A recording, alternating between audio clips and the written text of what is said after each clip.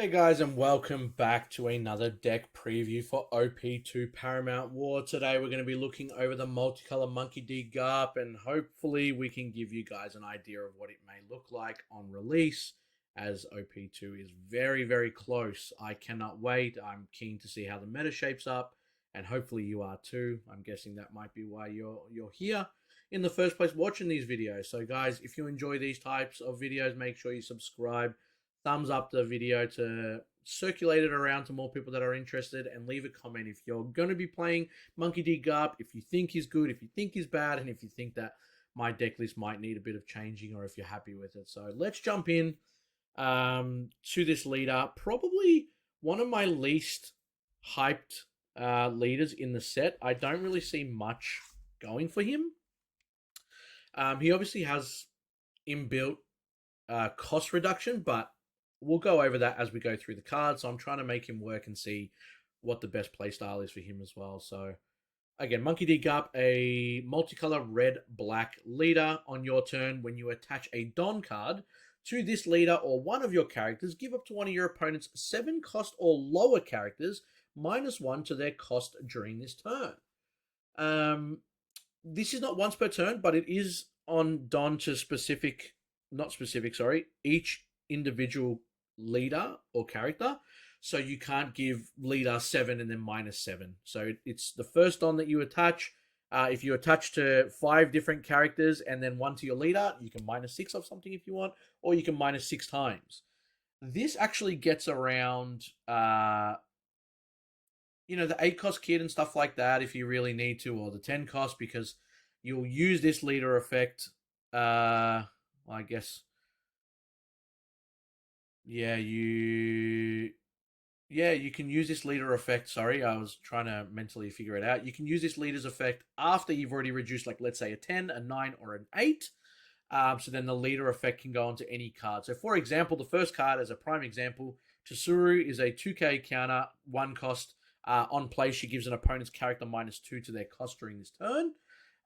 Great card inside and out. It's a 4 in every black deck. I don't need to talk about it any further. But for example, if someone's playing the 9 cost Kaido, if someone's playing the 8 cost Kid that just sits there and stares at you in the face, as annoying as it is, you can play the Tsuru to bring the Kid down to 6, and then every time you attach a Don using the leader ability, you can actually bring it down lower than 6 now, because it's not a 7 cost. Sorry, it's not an 8 cost anymore. It's a 6 cost. So this will trigger from there on. So really good mechanics in terms of the route and the play style that you're going to be doing. It does take a bit of thinking to make sure that you get the optimal play for this kind of deck. So it's going to be very, very interesting to see how black plays out. It kind of is risk v reward. Well, not risk v reward, but time and effort put in versus results. So I'm really keen to see how people play this out, and if they're actually putting in that work to get this to work. Moving on, obviously, because it is a red-black multicolor, we can put the red good stuff here. I'm going to put 3 choppers in here. Only reason for that is because I want to kind of defend a little bit while I set up my board. There's a lot of big bodies here that we want to put on. And I mean, another body that we can put a Don on to reduce something's cost, like a completely different character. Why wouldn't we? Nami as well. Always fantastic to have in any deck that runs red. She's quite straightforward. She is a 1 cost, and on an activate main, you can put a rested Don on your leader or on any of your characters. She works absolutely fantastic with this leader. That's why we've got her at 4. We're going to put 3 blockers. Rosinante. Just so we can, again, start kind of building the board and making sure that we're kind of doing what we need to do, and then really getting us to that late game and making sure that we can go for game while we're defending our own life. Because as these multicolor leaders have 4 life, you need some defense to kind of help you out. Moving on to the Zoro SR from set 1. Very straightforward. 3 cost 5k. He has rush. He can swing the turn that he's played. You put a Don onto him. You can neg something by 1. And then you'll go to 6k. Kobe. 3 cost, 4k, very, very big staple in the black decks that neg. On play, you may trash one card from your hand. You can KO up to one of your opponent's characters with a cost of 3 or less. This gets rid of the blockers if you want to play Zorro for Rush. This also allows you to kind of KO anything that you've reduced to 3. Again, Susuri will -2, Leader will -1 for every Don that you attach, and then he'll be able to KO something 3 or less. So 4 of, no doubt about it, no negotiation on that kind of card itself. We put 3 Zorro SRs from the starter deck. The reason I put this in as well, first of all, you put 1 Don under him and he gets 1,000 power. Really, really good with the Leader effect as well, because he's going to go to 7. Leader's also going to neg a cost by 1. So I think that he's definitely got his place in the deck. Majority of it does come from black, but I think that he definitely can fit into this playstyle. Borsalino, 4 cost 5k. This card is absolutely insane. On your opponent's turn, he gets 1,000 power and cannot be KO'd by any of their effects. And then he's also a blocker. So a natural 6k blocker can stop Leader swing if they don't want to put Don onto it. And it's just really annoying to get rid of on the board. He's going to be one of the most sought after SRs, I believe. Kingdu, 5 cost 7k. Just a good vanilla swinger, like to put pressure on. Gets rid of a lot of good 7s. And yeah, like it's very hard for your opponent to kind of defend against these kind of things. And you will have some energy up to kind of play around with, depending on what route you want to play with as well. Sengoku promo. We got these from the Treasure Cup. I think 2 of in this deck is an absolute must.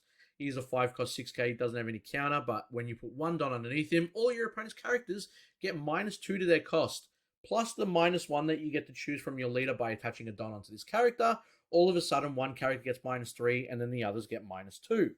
Pair this up with some of the things like Kobe. If you've already got Nami, you get to put the rested Don underneath him as well, and it can be an absolute slaughterhouse. It's quite a good combo if you can get it off. Again, it's going to take a lot of thinking, a lot of prep, but the right players will be able to do the right things with this, and it will go very, very far. Putting 4 SR Monkey D Garps, it's pretty straightforward. 5 cost 6k. Activate main, trash 1 card in your hand, and rest this character. KO up to one of your opponent's characters with a cost of 4 or less. Great removal. He is 6k, so it's hard for your opponent to swing into the next turn. You do have to trash a card from hand, but being able to KO pretty much on your activate main is a very, very good, very, very good card. Sakazuki, 4 of him, 6 cost 7k. On play, you can trash a card from your hand and you KO one of your opponent's characters with a cost of 5. So he can still swing, as opposed to Monkey D. Garp, that's activate main, you got to trash and rest.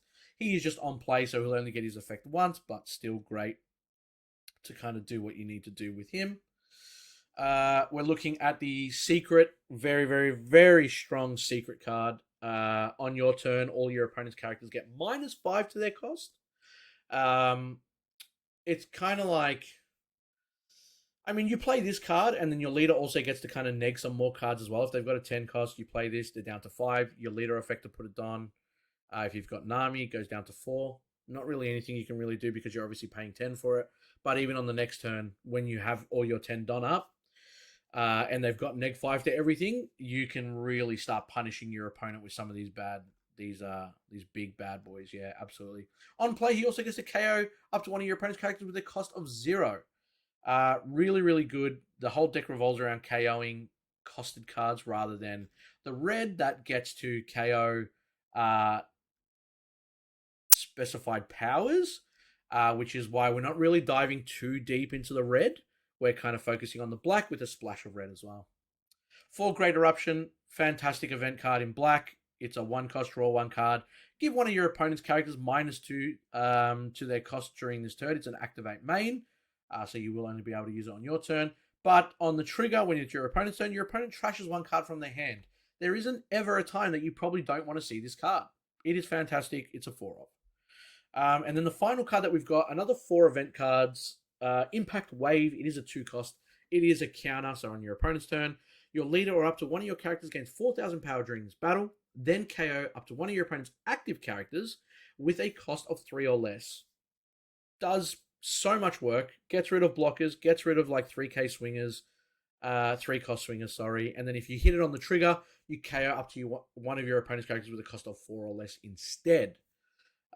Really, really strong card. Definitely put it at 4. I don't really see the need to put any other event cards. Obviously, there is red event cards, but I think that this is all you need. But again, I don't really know how much play Monkey D. Garp is going to get.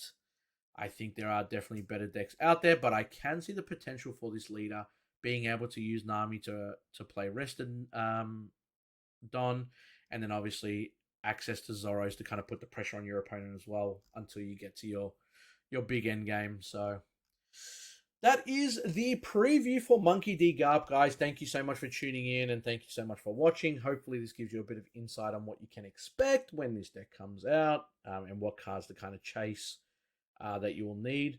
Again, if you haven't already subscribed to the channel, please consider doing so. It helps us immaculately, and we will continue to create One Piece content for you, based on how much support we kind of get from this. So thank you so much, guys, for tuning in. We hope that you check out our other videos, because we will have other deck previews on our channel already.